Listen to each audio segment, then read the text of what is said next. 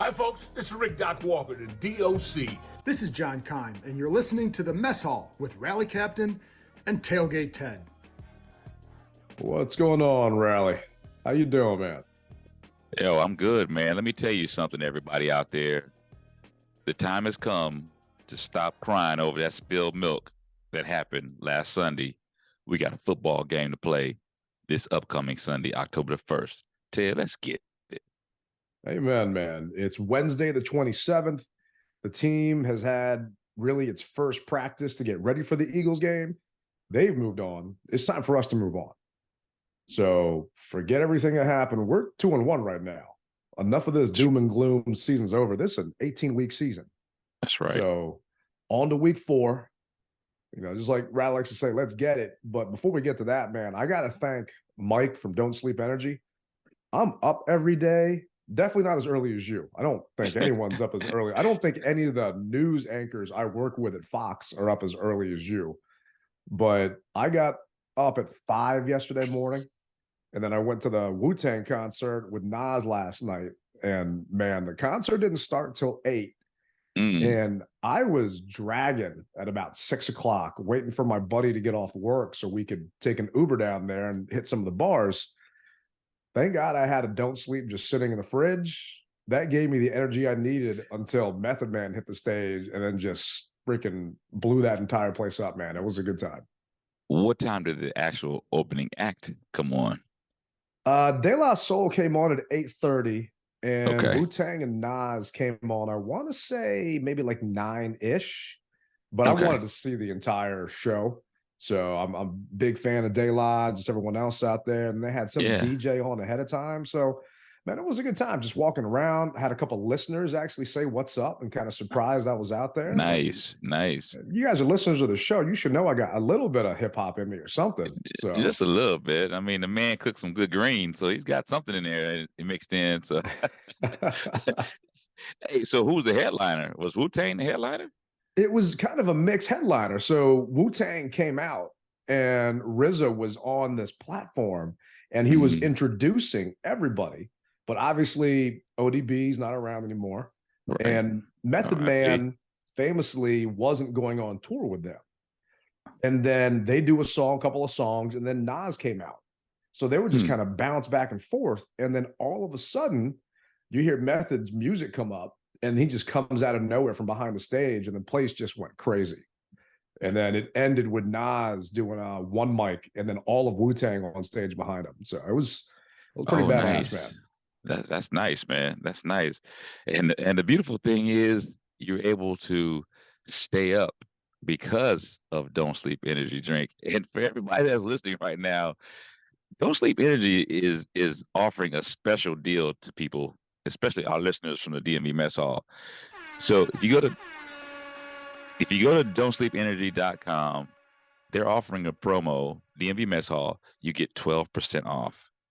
12% off, not 5, not 10, but 12% off, ladies and gentlemen. Do yourself a favor, go to don'tsleepenergy.com, put the promo code in DV Mess Hall, and get your 12% off. It's good stuff.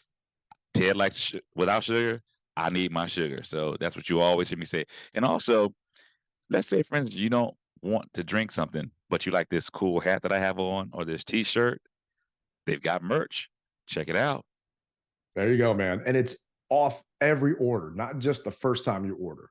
So if you need to restock, like I have to, it's off every single time you order. So that's a nice part about it. But I mean, you guys hear us talk about it. It helps me get through the tailgate. It definitely helped me get through like last night's concert. And I'm going to be going out to Ocean's Calling this weekend. It's a 3-day music festival. You're going up to Philly for the game on a big old bus.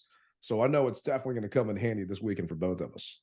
Definitely, man. Definitely. And I'm going to need it because I got to get up early. I got to get all the food taken care of. Got to get the bus loaded up. I mean, there's a lot of behind the scenes stuff that needs to be taken care of. So, Mike, shout out to you, brother, because I'm going to need my Don't Sleep. I didn't know that the bus trips had food, man. Damn.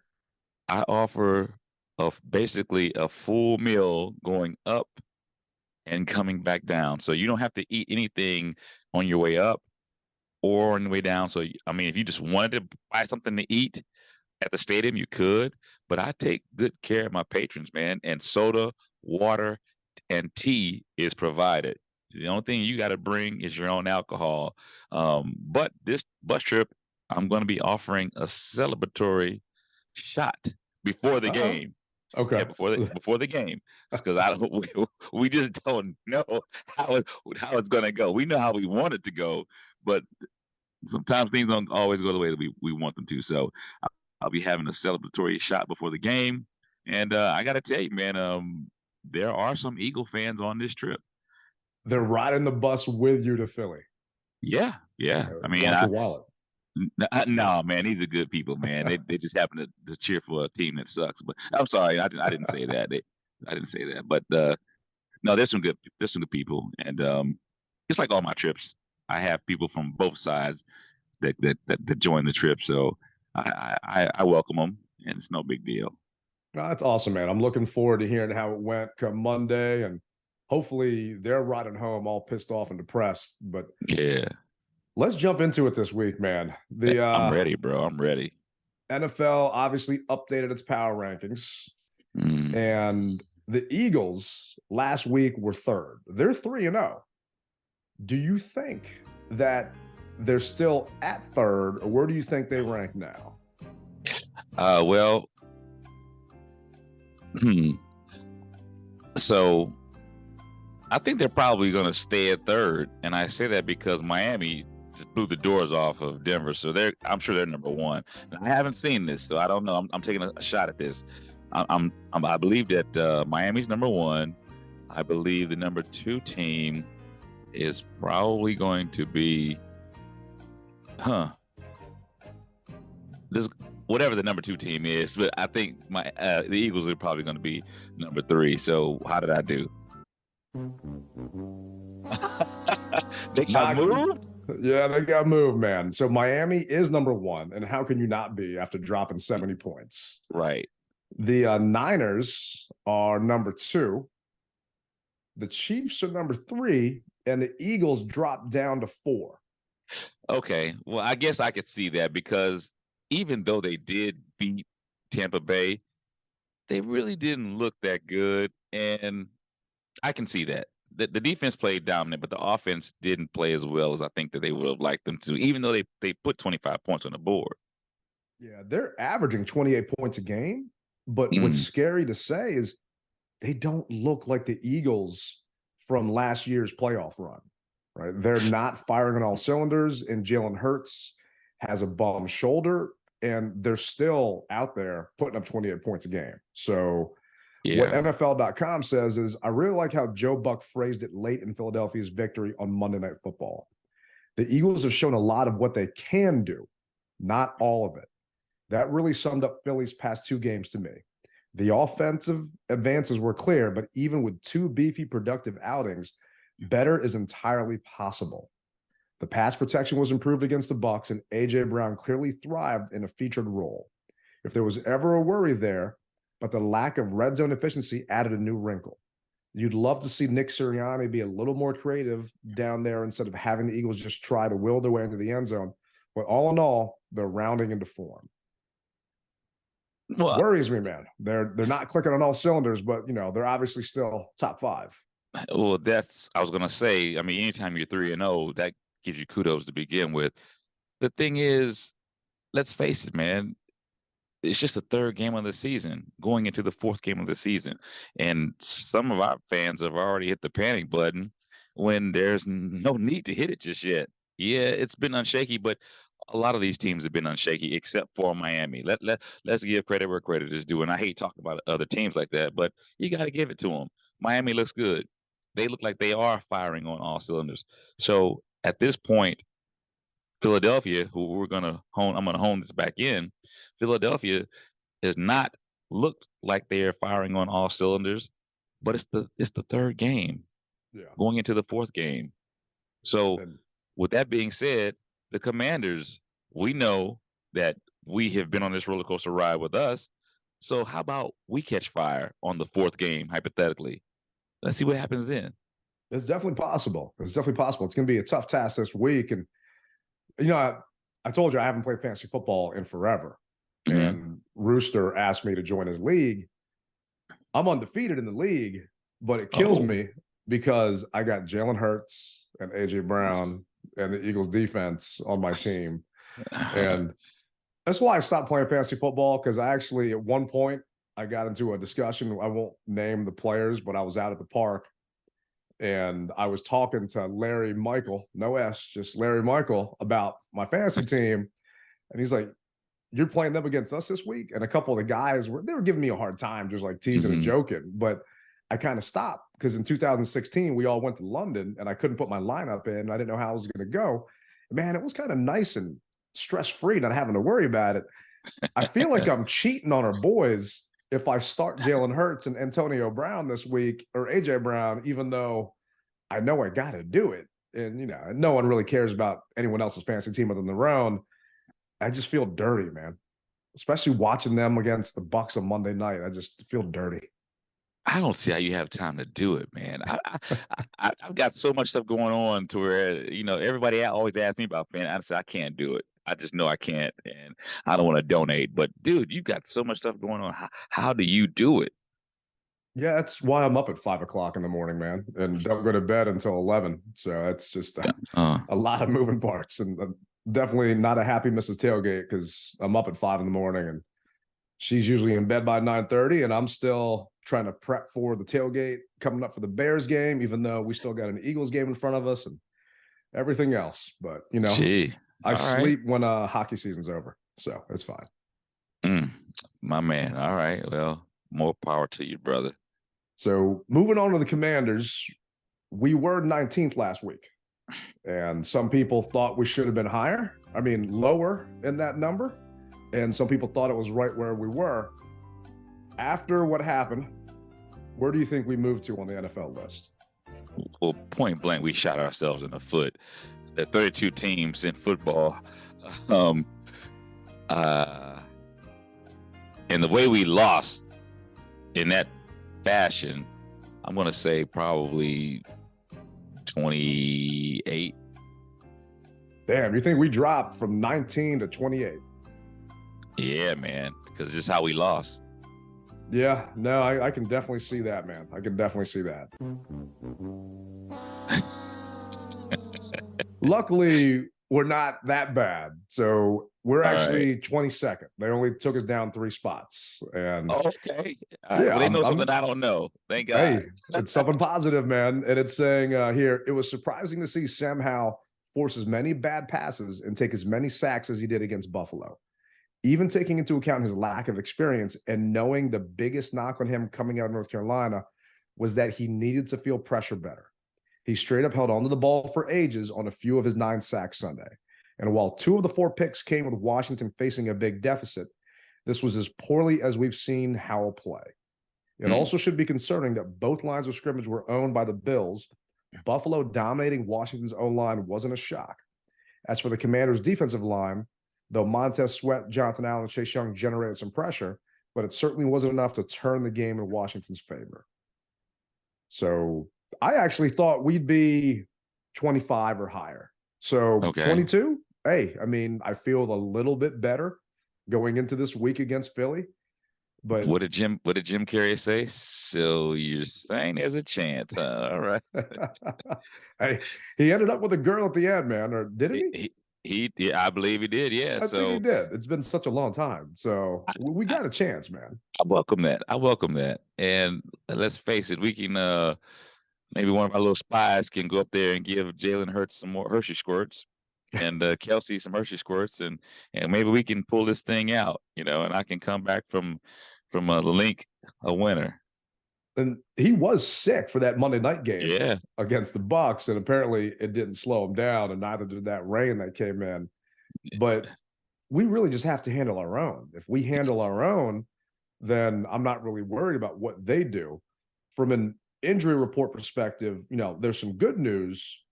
Logan Thomas was back out there today, and he was a limited participant, but he was out there. Okay. So we know we could definitely use him, and Sam needs that security blanket with Logan out there. So hopefully he does. It's only Wednesday, but hopefully he makes strides to being able to play come Saturday or come Sunday. So do you feel that Logan makes that big of a difference You don't you really think that he makes that big of a difference? I think it gives Sam a better security outlet than checking it down to AG, or he also runs better routes than John Bates. So those Okay. intermediate middle of the field passes, Logan's got that big body that he can use. So yeah, I do think he's going to make a difference if he is out there. And he's going to need to get rid of that ball quick. We all know he's held on to it too long. Everyone keeps talking about 2.5 seconds. Logan can win against those linebackers and those safeties in less than 2.5 seconds. So not sure where he is in Sam's progression, if he's the first, second, third option in different plays, but hopefully, 100, even a 70% Logan Thomas to me would be better than no offense to John Bates, but 100% John Bates or 100% freaking can't think of the other guy's name right now. Well, you know who I'm talking about. Yeah. You think he's going to make a difference? I don't know. I mean, I wonder, but is it just because of his experience at the position that he's able to find the open spot, whereas Bates may not be able to? But isn't Bates a natural tight end? I Yeah, mean, Bates is a natural tight end. so he Yeah. should know. He should know those exact same things. And so, um, I'm going to say, okay, if it helps Sam, then Logan, come on back, man. If you're able to, but I just think that at this point, this is more Sam, and I think that that the tight end, because the tight end was doing the exact same thing that Logan was doing. Bates was doing the exact same thing that Logan was doing. So I just feel that there's something else that's there. But hey, if you're healthy, we need all the help we can get. Yeah, and it's just the thing is, Logan gets better separation than Bates does and Cole Turner does. Okay. So if he is truly there and he's not going to hurt them, then hey, we need all the weapons we can get. Because on top of Logan Thomas coming back, only problem is Percy Butler showed up. He was limited with a foot. Chris Rodriguez was also limited. Manuel Forbes was on there full, and Benjamin St. Juice is on there with a neck, but he's full. The Eagles got a bunch of guys on their list too. It's Wednesday. So, the only thing I'm excited about is the fact that Logan is potentially going to be there. I'm hoping the other guys can bounce back, get a shot, do whatever they need to do to be out there, because everyone's going to say, we got to run the ball this week. Problem is, Philly is number one on defense in rushing. They're giving up 48 yards a game on the ground, which ain't much. They're giving up Stingy. 261 yards in the air. They're 25th in pass defense. I'm not saying that we're going to have to throw the ball against them to win, but I'm thinking ahead, you're probably going to agree with me that we need to run the damn ball. Problem is, it ain't going to be that easy against this Eagles defense. That front four that they got, I mean, stingy ain't even the word for it, man. I mean, they're Scrooge McDuck just hiding all those rushing yards in their vault. Man, so it's going to be a difficult task, ain't no doubt about it. But I believe with certain play calls, you can defeat it. Whether it's a quick pitch to the outside instead of trying to clog up the middle, because we see what teams do to us. We've always been told that our strength is our front four. But what do they do? Instead of trying to run between the guard and the tackle, they'll run around the end and they'll kill us that way. So maybe we can figure something out. Hopefully, there's been a wrinkle in the tape that the coaches have seen, or a small vulnerability, and we can take advantage of it. Yeah, I'm hoping so. That you've got to think that these coaches have been preparing for the Eagles. Part of the problem is the Eagles have a brand new offensive coordinator and a brand new defensive coordinator. So the last two guys they had both got promoted after losing the Super Bowl last year. And they brought up Brian Johnson, who's a first-time play caller. So he was with the Eagles, so it was a promotion from within. And I'm going to butcher this guy's last name, but Sean Desai, he came in from the Seahawks. So he's their new DC. So this is actually what Rivera said about having to try and game plan for coaches that you've never really had a chance to see their schemes before. What's it like evaluating a team that obviously was really successful last year but has 2 new coordinators? Like, how does that affect sort of your analysis? Well, the biggest thing you try to look at more than anything else is what are the differences in play calling? How do they use certain personnel groupings and players for that matter? Those are all things that you look at when you're looking at tape. Is what are the differences? And you refer to some of your notes from last year and kind of compare and go through it that way.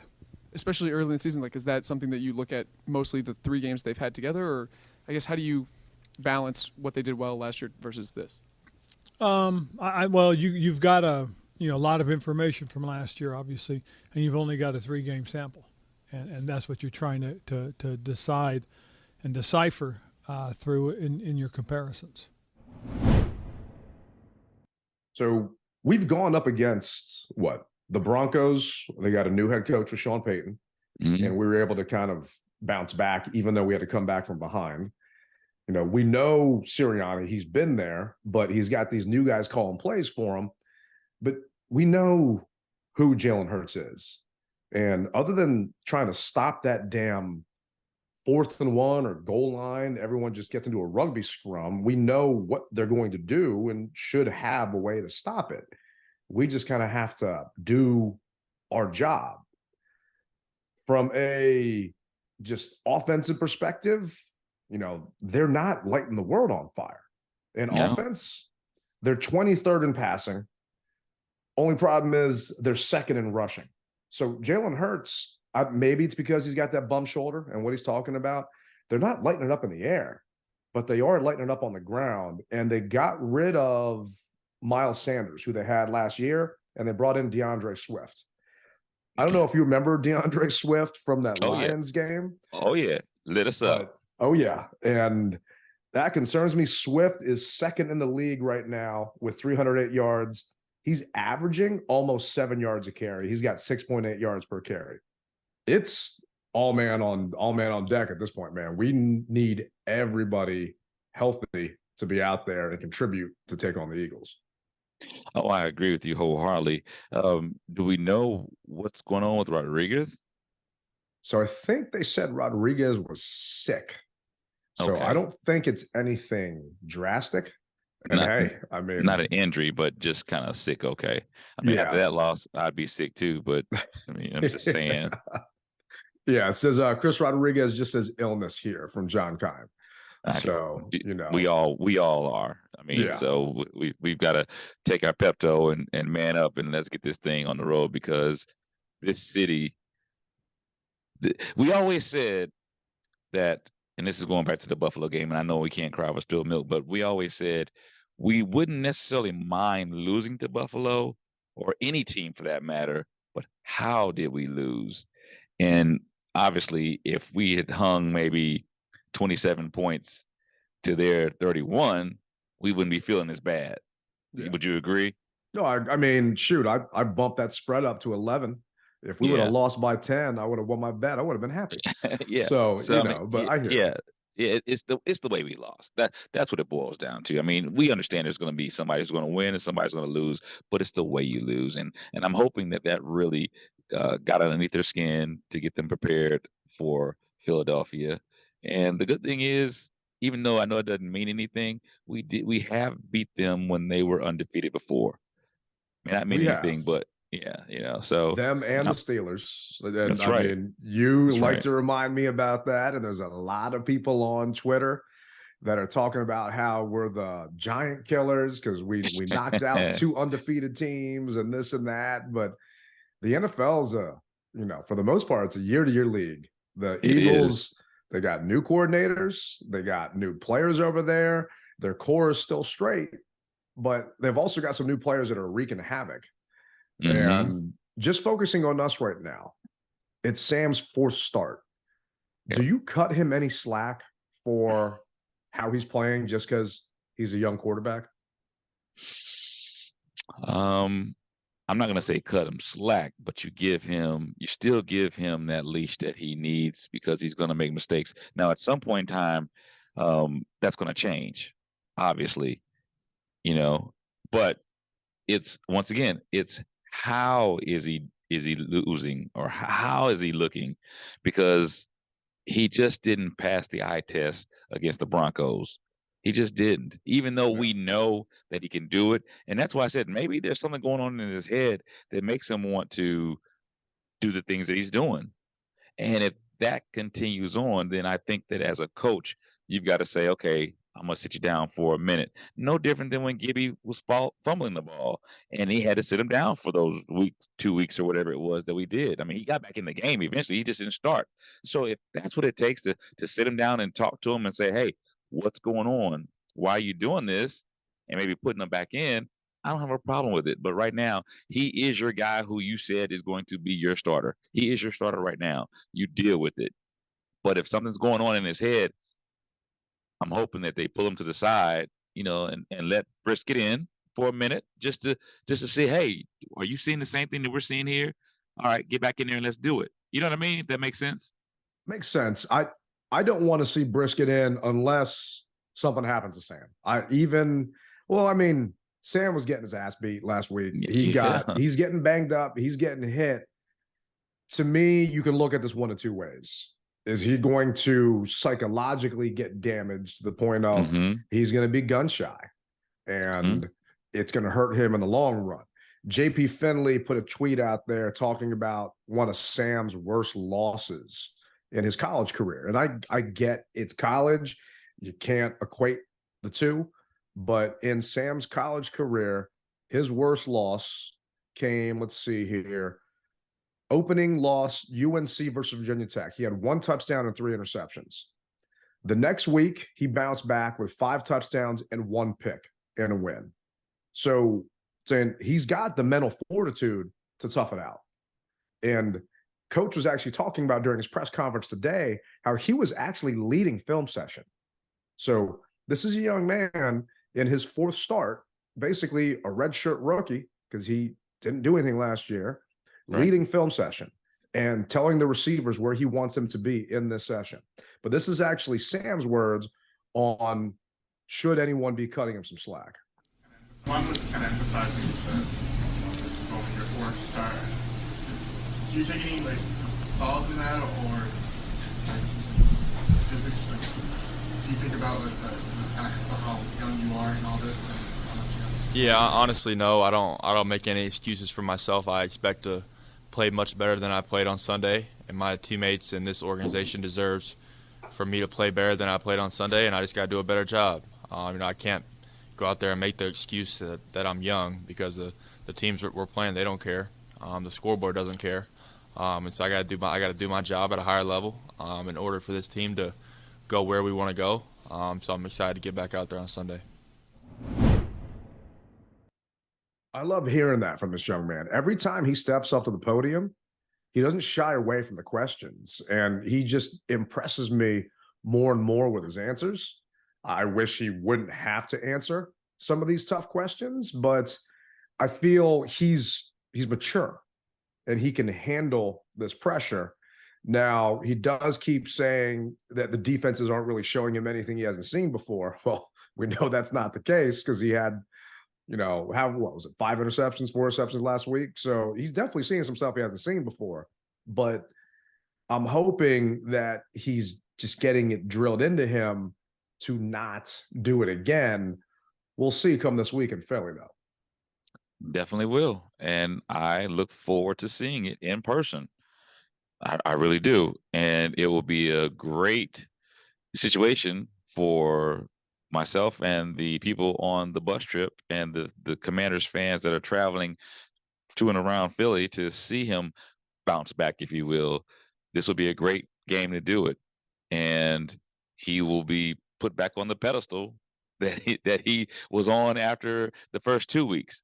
So, he's been knocked down a little bit, but people are ready to hoist him back to the top. Oh, yeah. And, we put that question out there. No one wants Sam to have a leash. They want him to have the entire season when we asked that question, except for one guy that chimed in and said, if you want to win now, put in Brisket.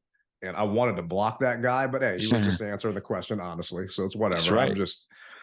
I don't trust him. I'm not going to ride in a bus to Philly with that guy. He probably makes bad decisions. But everyone said give Sam the rock for the entire year. And it's an opportunity to find out what this kid has. Is he really going to learn from it? But we also said that Sam can make every throw. Sam can do everything we need him to do. But the front four or the front five, they got to give him some time to block. And this is actually what Sam had to say about the line protection. I apologize for the audio being really loud at first because the Commanders didn't have the reporters' microphones on, and I had to amplify it. So bear with us. And then, obviously, the center line was sealing with some pressure looks and all that. What input do you have on protection of the line? And are you still seeing a lot of, how much are you seeing new looks for the first time as you go through this? Yeah, I mean, I have a lot of input at the line of scrimmage as far as protection. And in certain protections, I make the mic point. In certain protections, the center makes the mic point. And then I can change it.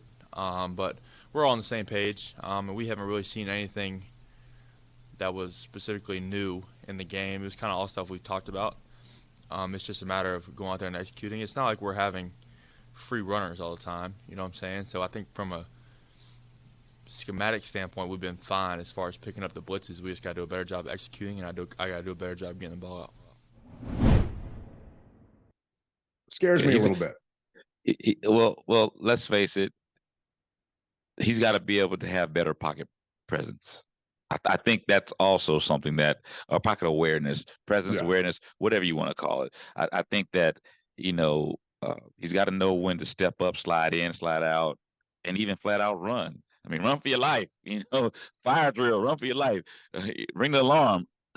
He's got to be able to do all that. And I'm not going to sit here and say I could do it, because if I could, I wouldn't be on the pod with you, Ted. Not that I mind being on the pod with you, but it's a job that, hey man, only the select few can do it. And I'm happy that he's on our squad to be able to do it, but I'm really hoping that he can get out of the school of hard knocks, if you will. You know what I mean? I hear you. I'm just concerned that this young man is processing so much coming up to that line of scrimmage. And now you're telling me he's got to talk about the protection. He's calling out mics at that point and adjusting protection based upon what he's seeing. To me, that's all too quarterbacks much. do. All quarterbacks do, though, bro. Now, Chase Ruya used to be in charge of it. When he was up before and on the team, our center was the one that called protection and everything else. Unless the quarterback saw something, he overruled him. I hear you, but the offensive line shifting and knowing where they should go back and forth, I'm not trusting a kid in his fourth start to do that. Okay. I would rather have my veteran center in Nick Gates making those calls, because it's a lot for Sam to digest. To me, it might not be the right analogy, but I love me Cheesecake Factory, right? But there's just way too many options and way too many things to look at. I mean, that menu is like reading the freaking Art of War. It's just massive. So are you saying that you're just a basic strawberry cheesecake, strawberry on top of the cheesecake, or cherries on top of the cheesecake? I haven't even gotten to dessert, man. I'm talking about my appetizer. I'm talking about my cocktails. I'm talking about my entrees, right? And to me, this is Sam going up there and starting, and just before he even gets to the line, he's trying to see, okay, are they in a cover two shell? What's going on? He's trying to get some motion. He's trying to say, okay, 5-4 is Mike, shift the line protection this way. That to me is too much. We need to simplify this for the kid. And that's what I have a little bit of a problem with, because maybe that's how Bieniemy ran it for Patrick Mahomes, but Sam ain't Patrick Mahomes. He ain't even close. And if we want him to get a chance to potentially be there someday, we got to simplify this game. We got to simplify this playbook. And maybe he won't look like me when the waitress comes over and starts asking you, what do you want? And I then just ask them, well, what do you think I should get? Because I'm just lost at that point. So you're telling me that Sam needs to go to Barnes & Noble and get the quarterback for dummies? It's not even the quarterback for dummies, man. Is that what you're saying? I know. No, I'm being funny, and I understand what you're saying. Instead of having hypothetically 100 pages, give him 30. Give him 30 pages to deal with versus 100. And then as we get further along or we progress in the season, then maybe you can go to 45. I understand what you're saying. And it's not even just Sam. Terry McLaurin was on a clip with JP Finley on NBC4 talking about how the spacing of the wide receivers isn't even right. They're not even on point. So you got guys being in the same area as other receivers, which is impacting the plays. So you're talking about coverage, and this is a new system. So it's not just Sam that it's affecting. It's affecting the entire offense. Maybe dial down that playbook a little bit and get some other stuff taken care of, and then build upon it and go from there. And I'm not saying that Bieniemy has forced the entire thing down their throats, but when you've got McLaurin saying that in just a locker room session, that wide receivers and the guys that are out there aren't where they're supposed to be, that's a problem. And we all know the offense wasn't good last week. Well, see, now the problem that I have is, to me, and we talk about Coach Rivera, to me, that's an in-house issue. I don't feel that Terry should say that to anyone. I just don't. And that's just me. But I feel as though that's something that, hey, once the reporters leave, we talk amongst ourselves about that, and to the coaching staff, and what do we need to do to improve that? Because let's face it, if you got two guys in the same area, all you need is one defender, and you're nullified. Yeah. Two guys in the same area, all you need is one defender, and you're nullified. And now somebody else can be double teamed, or where the play may have needed to go. So I have an issue with that. I mean, granted, hey, Terry, brother, if you're listening, I'll never go against you, but I feel as rally captain that anything that problems or issues, that's in house. Keep it in house with everybody else, because you don't want to give the other team any ammunition, because if we're hearing it, obviously they're hearing it as well. Well, it's not even hearing it. They're going to see it. They're going to watch the film. And it's something that I saw on a couple of plays where there was coming across a seam in the middle.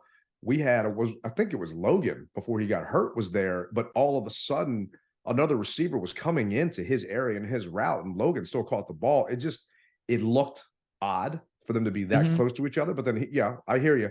Terry should keep this in house and not answer JP, but shouldn't let that cat out the bag. But it is out there, and everyone's going to see it. And man, Philly's going to prepare for it, and they're going to know what's going on. It's going to be interesting to see what we do to fix that and what can be done to fix it. But to me, it all matters about up front. Philly's got a heck of a pass rush, and they obviously have a heck of an offensive line. If they're average, I think I said they're first in the league in rush defense and second in the league in rush offense. So we're talking about winning in the trenches. What concerns me is stopping that Philly defensive line. Jalen Carter, that rookie defensive tackle they picked up out of Georgia. The kid is third in Pro Football Focus right now for interior lineman with a 93.2.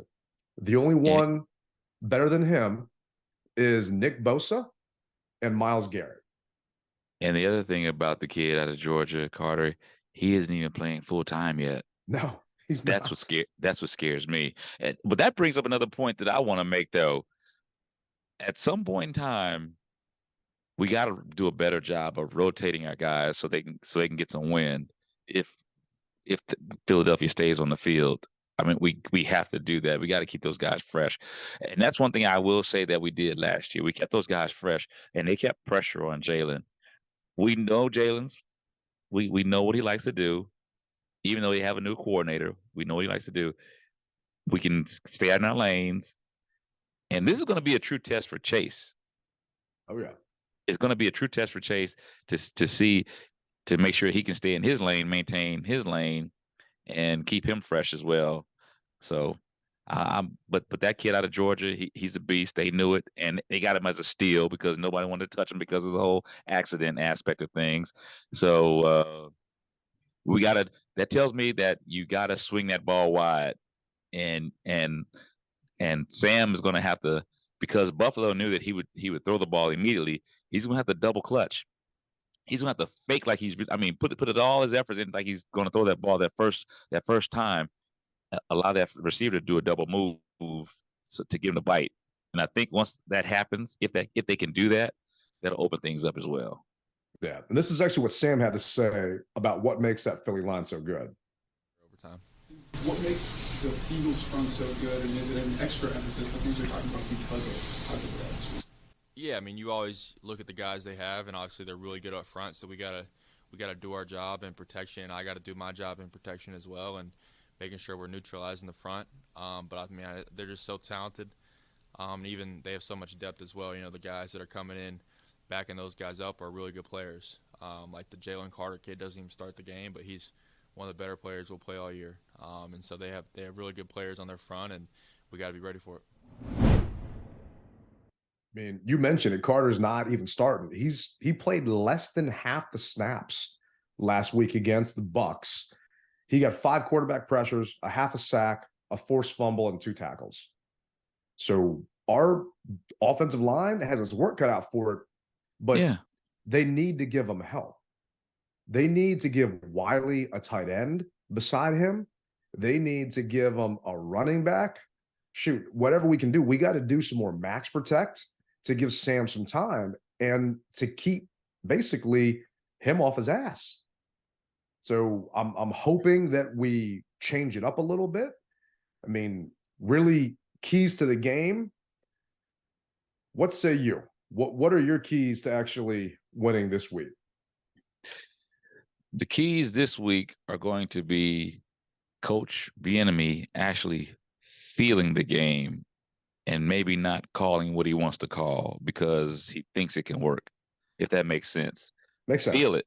If that rush is getting too tough, which we know it's going to be tough, hey, do something else, because I do believe that he was a big reason of why we lost the game. I mean, play calling. We got on. How many times did we get on Scott Turner? We got on Scott. We ragged Scott when he made a mistake. And so, you know, just like we don't have a choice. Well, we do have a choice with Sam, but we don't have a choice as far as our OC is concerned. But we ragged out Scott Turner. Are we going to do the same for Eric, or does Eric get a pass because he's Eric and he came from the Chiefs? You know what I mean? Yeah. He's got to call. He's got to call a good game for us to win this game. Ted, it. And I know this is going to sound cliches, but we've got to win on all 4 points of the game. You know, offense, defense, special teams, and coaching. I was wondering what that 4th point was. Coaching. I mean, it's going to come down to that. It really is. You've got to do what hasn't been done to beat these guys, because we know that they're a powerhouse, and we're not saying it just because we're swinging from their jock. It's the truth, you know. So you got to man up. They were in the Super Bowl last year. I mean, there's a reason why they were in the Super Bowl, why they're a favorite to repeat and host for the NFC. So, I mean, you're spot on. There's just, we know who the Eagles are. Yeah. There was a chance that Buffalo wasn't the Buffalo from last year, that they've kind of taken a step back, but they showed that they are still a contender. No one's got any doubt that the Eagles are going to make a playoff run, right? I think the Eagles are going to win the NFC East. I know we haven't had a repeat NFC East winner since Brian Mitchell was playing. So, you know, I don't see, I mean, the freaking Cowboys just lost to the Cardinals. So right now I'm taking the Eagles over the Cowboys. I'm sorry, we're not winning the East. If we get in, we're getting in as a wild card. And the Giants, forget about the Giants, at least for right now. So the Eagles are the favorite in our division. And I would say they're the favorite in the NFC just because of quarterback. Brock Purdy, Jalen Hurts. Who you taking? I'm taking Jalen Hurts all day, every day. Big guy, not just because he's on my fantasy team, but you know. Well, you made mention to the Cardinals and Cowboys. How about this? How about this week we're the Arizona Cardinals and the Eagles are the Cowboys, and we go ahead and take them down? How about that? All right? I'll take that, man. The only thing is Dak Prescott is not Jalen. Whack Prescott. Yeah. So, and the Eagles, they don't turn the ball over. They've got 6 forced fumbles. They turn the ball over, bro. He's had 3 picks. He's had 3 picks total. Yeah. threw 2 picks last week, so it can be done. It can be It done. definitely can be done. Yes, this is not we're going to definitely lose game. We can win this game. If anything, last year taught us that this team can win. But I'm right there with you. It's going to come down to coaching, but it's also going to come down to execution. All the coaches can do is put them in the right position. But Bieniemy did not put them in the right position last week. And if anyone thinks they did, they're probably related to EB. Or, maybe an in-law or something. But he set them up to fail with his play calling last week. And I get that Philly is first in run defense, but B-Rob had 10 carries for 70 yards last week. He's averaging a little over 4.5 yards a carry. You've got to get him the ball. But on top of that, we talked about it towards the end of last week's show or this past Monday's show. You can't appear to be one-dimensional. Antonio Gibson was in over 60% of the snaps, but he only carried the ball twice. And yes, part of that was because B-Rob did not do well in pass protection, but hopefully that young man steps up and does a better job. And then they get him out there more because AG, man, it concerns me. The Eagles have 6 forced fumbles. So I'm not saying that he's going to cough it up again, but I've got more confidence right now in having B-Rob out there a majority of the time than AG. And you mentioned it. Stop running the damn ball from shotgun. Give this young man a chance to actually be a battering ram and do what he needs to do. And then eventually that play action pass will get set up and give Sam a chance to get some of that pass rush off of his ass. I want to see some I formation this week. We probably won't. That's just rally captain, what I want to see. But I want to see some I formation. I want to see some max protection. And I want to here's the other thing. And I know that the NFL is kind of like a favoritism type of game, if you will. But if someone isn't playing as good as they should, even though we may have signed them to this huge contract, put somebody else in. Who are you talking? Who are you kind of using as an example? Just curious. I'm just gonna say Rodriguez. If he's healthy and this virus or whatever he's got going on, the flu or whatever it was, he's healthy. You brought the kid in for a reason. Maybe he can be a spark. We always go to Any Given Sunday and Willie Beeman. And I know that was a movie. It was a fictitious movie. However, the NFL, it was parodied off the NFL. It happens every week. Someone steps up and you're like, where'd that kid come from? Yeah. You gave him an opportunity. It's no different than what Magic said about being an owner. He was given an opportunity. And that's what it takes. Give the person the opportunity to show you, because they could be that diamond in the rough. And yeah, it may be bad that you got to sit somebody, but if that's the spark that the team needs at that moment, you got to be able to try everything, throw it all at them. I'm right there with you, man. And one thing that surprised me that Buffalo did is they brought an extra lineman in for pass protection. So during the game, if you guys are listening or if you're there, they'll say number so-and-so is an eligible receiver. That's because they got an offensive lineman coming out and basically being lined up as a tight end, knowing that he can go out, but he's just in there to block. Mm-hmm. Maybe bring in Chris Paul. Maybe bring in someone else on the end to help block, because that wide 9 that the Eagles like to do on defense, man, it scares me that Wiley and Leno are just going to be a swinging gate all day. And coming up that middle, you got Jalen Carter, and Sam's going to walk right into him. So maybe Bieniemy move the pocket, get Sam out of it, get some rollouts. And I understand you're cutting off half the field for him to see, and you don't want him throwing cross body. But maybe if he only has half the field to evaluate, he can make up his mind faster. And if he doesn't see it, he can tuck it and run, or he can just get rid of the ball instead of trying to force something. We talked about it last show where he's got that Madden funnel where it's just me sticking my arms out. He's not exactly Jalen Hurts where he can see the entire field right now. So just try and simplify this, maybe change it up that way. But on defense, you mentioned Chase.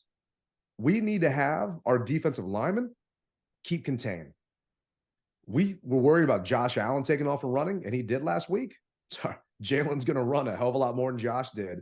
And going back and watching the All-22, there were a couple times where Chase would take an inside stunt, and then Duran basically did the same inside stunt. So then you had no one on the outside. The guys weren't really communicating with each other. And one guy moved in, the other guy also crashed down and moved in. So you had no one on the outside. And those were a couple of times. And you talk about keeping it in-house. Rivera said something during his press conference on Monday that Josh Allen got in the defensive line's head. Man, if I'm the defensive line, I'm pissed off at coach for basically throwing my ass under the bus, saying that boy got in my head. Did he say something to him, or it just his play got into his play head? Got into their head, the way he was able to scramble out of pressure, and then just basically, the fact that he had a white jersey on a rainy ass FedEx field and he went home, and I swear that jersey was cleaner than he actually stepped on the field with. Agreed. Okay. Yeah. Agreed. So it just, if we can slow the Eagles, because offense down, they're running attack, they're not firing on all cylinders pass wise. If we can stop them from running, and that includes Jalen running the ball because he likes to do a lot of read option, then we got a chance, because I've got faith that our secondary can do something. And you talk about sitting down somebody. I'm sorry, man, but Cody Barton's got to sit. Put in Jamin. We're going to need Jamin's speed and athleticism to help us out here, because if we're going to use our Cinco package of those 5D linemen to try and stop their run, we're going to need a linebacker that can go side to side and make sure he can make those plays. And it ain't Cody. Because, sorry, I miss Cole Holcomb. I never thought I'd say that, but it ain't Cody. Ooh, okay. All right. I mean, the Steelers aren't doing too bad right now, man. I mean, people are giving them a shot to win their division. So we'll see what happens. But we did have a couple of listeners chime in. Warren Gaskins on Twitter said, get the running game going, then go to the pass, get everyone involved. He also said, Jack Del Rio needs to do better, seriously. Play calling sucks, stack the box, and blitz more. Do stunts. He's just basic. Then he also said, Jack Del Rio needs to play Jabril Cox and Hudson Andre Jones Jr. Wake up and let them loose. Let them be dogs out there. Jack Del Rio was so outdated, him and Ron Rivera. Oh. So what do you think about that? I have heard that before. And unfortunately, that's what we got to work with right now. We all know, or I shouldn't say we know, we feel in our heart of hearts that this is their last year, unless they go deep into the playoffs. But we feel for the most part, this will be their last year, and there's going to be a huge turnover at the Commanders. So, but I hear you. I hear you. But what can you do? At some point in time, you're right. Can you teach an old dog new tricks? They say you can. Is he willing to learn? And is he saying, hey, no, it's my defense. We're going to do it my way. Time will tell. Jabril Cox, I hate to break it to you, Warren, but he ain't coming up. He's on our practice squad. They're not going to make a roster spot to bring him up.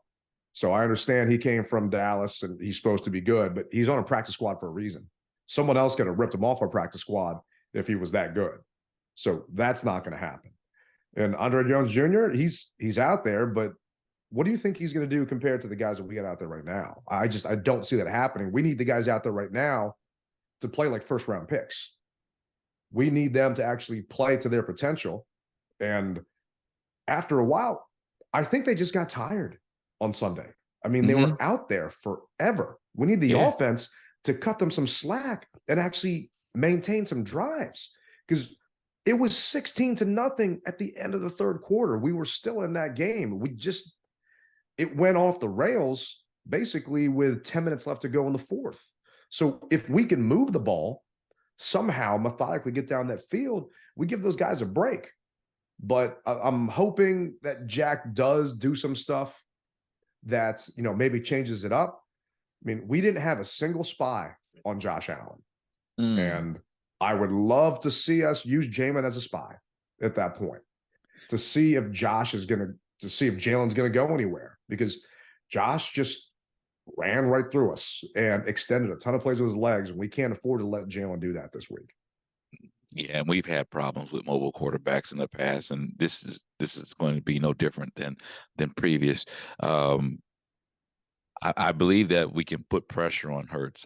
I do believe that, but as I said earlier, I think that we definitely need to have a good rotation. I mean, the minute, as a coach, to me, the minute those guys are looking like they're winded and that tongue starts to hang, get them out, get somebody fresh in, get your win, get back in, because we're gonna need it. Yeah, I agree with you. We definitely need those guys to be firing on all cylinders. And the other team gets paid too. So part of that's going to be, the Eagles aren't giving us time to substitute. So we'll see what happens. But we got him in we had Buffalo in a ton of 3rd and longs. Yeah. Right. The defense was doing their job, but I feel just like you're saying, they got gassed when it came to 3rd down because they were hustling and we didn't get a chance to actually give them a spell. But this one's from Tim Murray on Facebook. He said, follow last year's script and lean heavily on the run game. I agree with you. We need to lean on that run game. I just don't think it's going to be that easy just because Philly's run defense is stout. So it is. But don't give up on it. And don't make yourself so one-dimensional where we're not balanced. We've been so unbalanced on offense in the first half of the game that we're punching out of the corner in the second half because all we did was pass the ball and come back from behind. So hopefully, everyone's been saying it. Bieniemy, hopefully he's paying attention to everyone talking, and he knows he's won how many Super Bowls. You can't sit there and have Sam drop back 33 times. How do you think Sam's feeling, man? He's been taking a bunch of hits. You think he's okay? I have to rely upon him saying that he is. If he isn't, I'm sure behind closed doors, maybe not. You know what? No, I don't know. I can only go back to listening to the Netflix quarterback special when Kirk Cousins was getting just drilled and they were like, are you okay? And he's like, no, I'm not okay. So I'd have to imagine that it's the same way, but because of the love of the game, you want to stay in. And that comes down to, I think every player wants to be out there. And as a coach, you've got to see what your player has. And if he's injured, then you got to be the one to pull him. Yeah, I agree with you. He can't be 100% just from taking just the sacks, not even counting the hits, just the sacks, 19 sacks. This is actually what Sam said on what he does to get ready each week after. Game where you take a good number of hits, how do you recover the next week? What do you do to get your body ready for the next week? Yeah, I mean, it just depends on kind of what's more sore. But I have kind of a process of things I like to do. I think the main thing is you got to work out.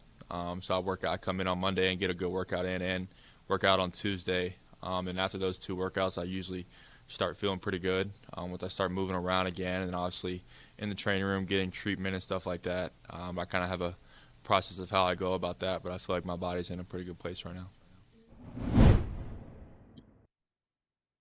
We can't let the kid just get banged up anymore.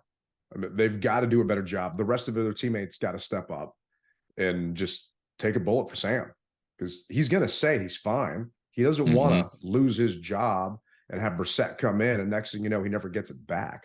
And you shouldn't lose your job to injury, but let's just be realistic. So I'm hoping he's okay. But, man, after going back and watching, there are a couple times when I'm thinking, dude, just stay down on the ground. Just live to fight another day type of thing. But it does show heart, and the teammates and the guys are rallying around him. So for me, the perfect script on Sunday is we score first possession. We don't punt, but we score a touchdown on our first possession. Okay. And we go toe-to-toe with those guys. And it's going to be body blows and body blows. Don't let them hit us with a haymaker. Right? Okay. Just pulling it out of Rocky playbook. Just grind it at that point. Because I feel that our defense is better than their defense, even though statistically we're not. I think we've got better playmakers. And if we can keep this close, in the end, I think we got a chance for you to come out of Philly and have a second celebratory shot on that bus ride with everybody and maybe leave those Philly fans up there. But that's just what I'm thinking the script should be on Sunday. Now that wouldn't be a good SB Vince business model, Ted. But I hear what you're saying. I definitely hear what you're saying. And let's face it, you can control the clock by what? Running the ball. And if it's close like that, you run that ball and eat that clock up, because that is going to be our friend, providing that we put ourselves in the proper position for it to be our friend. If we're playing from behind, the clock is not your friend. But if we're playing on top or even, it's your friend. Yeah, and even a short pass can be like a run, right? So we don't want to be so predictable where we're just running to run, and next thing you know, nothing's happening. But B-Rob can catch. We've all seen it at training camp. We've seen it in games. He can catch. Use him too. Hit him out in a swing pass. I don't know. I'm tired of the Curtis Samuel coming in the backfield, running all over the place just to get 3 or 4 yards. Let's just, like Tim said, follow last year's script and try and see what we can do. Maybe a play action dive. And next thing you know, all of a sudden, B-Rob's open in the flat. We have the second lowest amount of play action passes in the NFL. 17 is all we've got. And I understand. Go ahead. I was going to say, you know why, though? I mean, because they're just obliterating our line and you can't play action pass. But I don't know if I agree with you there, because to me, if it's a play action pass, you're still making those linebackers pause. You're still making those DBs pause, and it should help you get some guys open. They're not pausing, though. If your front five could block, if they could actually, I mean, a play action pass, you're starting to run up and hit them like you're run blocking. Pass blocking sucks. You're a punching bag. But if you're running a play action pass, the guys are going up there and they're starting to go in a run block motion. And there was a caller in the Beat Mitch and Finley saying, why don't they run block like they pass block? You're not allowed to. You can't leave the line of scrimmage as an offensive lineman. I didn't realize that not everyone knew that. That's how they've got that penalty a couple times on those screens, ineligible man downfield. Downfield, so screens have to happen within 1 to 2 seconds because those linemen are going out. If that lineman goes out before that ball is out there, it's a penalty on us. But knowing that, and if I know this stat, best be sure the Eagles know this stat, that these guys aren't play action passing. So we're just going to pin our ears back and go after them. 69% of Sam's dropbacks, he was getting hit and getting pressured. EB's got to do something to keep those guys off. A couple of draws, whatever we got to do to buy Sam some time and make those Eagles not just pin their ears back like Ron was saying last week. But for you, who's your don't sleep player of the week?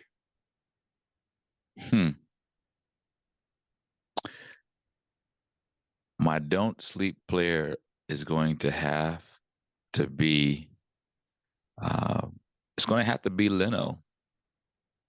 It's actually I got to split it between Leno and Wiley. We cannot sleep on those guys. We need those guys to step up.